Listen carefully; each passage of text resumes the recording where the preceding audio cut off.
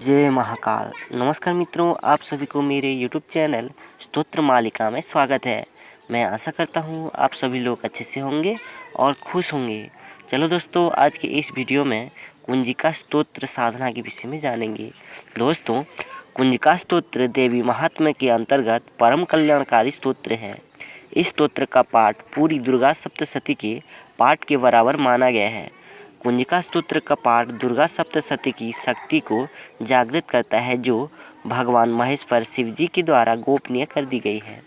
दोस्तों, कुंजिका स्तोत्र को स्वयं भगवान शिव जी ने माता पार्वती जी को सुनाया था, जो परम कल्याणकारी तथा दुर्लभ सिद्धियों को प्राप्त कराने में पूर्ण रूप से सक्षम है। इस गोपनीय स्तोत्र और कुंजिका मंत्र को किसी अभक्त और दुर्जन व्यक्ति को ना देने के लिए भगवान शिव जी ने मना किया है और इस स्तोत्र को गोपनीय रखने के लिए निर्देश दिया है। दोस्तों, यह स्तोत्र इतनी प्रभावशाली होती है कि इसकी पाठ या श्रवण मात्र से व्यक्ति के जीवन में मान सम्मान, सौभाग्य एवं समस्त लौकिक सुखों को प्राप्त होती है।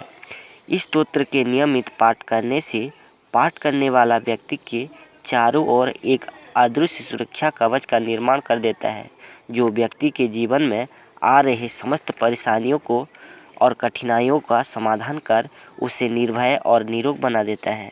दोस्तों, भगवान शिव जी ने इस स्तोत्र के विषय में बताया है कि जो भी व्यक्ति बिना पूजा, बिना विधि, बिना नियम के भी केवल स्तोत्र का पाठ करता है, तो भी उसे देवी आदिशक्ति की कृपा प्राप्ति होती है। इस स्तोत्र का पाठ प्रातः काल और संध्या के समय किसी भी पूजन कक्ष में बैठ के 11 दिन, 21 दिन या फिर 108 दिन के लिए या नवरात्रि में 9 दिनों के लिए इस स्तोत्र का जाप किया जा सकता है। जो व्यक्ति प्रतिदिन एक निश्चित समय पर सिद्ध कुंजिका मंत्र को केवल 15 मिनट जाप करता है, तो उसके जीवन में चमत्कारिक लाभ देखने को मिलते हैं।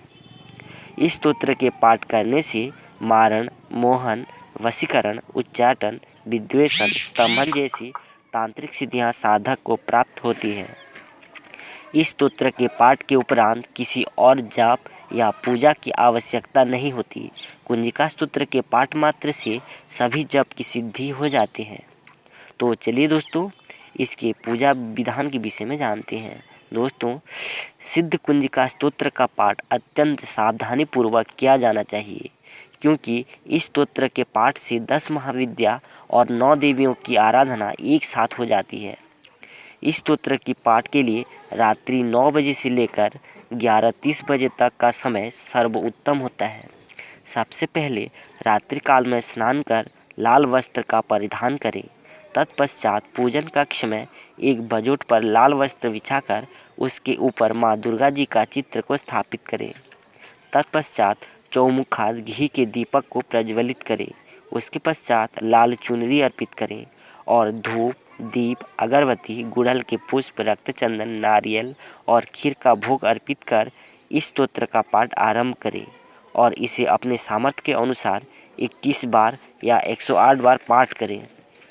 तो चलिए दोस्तों, सिद्ध कुंजिका मंत्र के विषय में जानते हैं।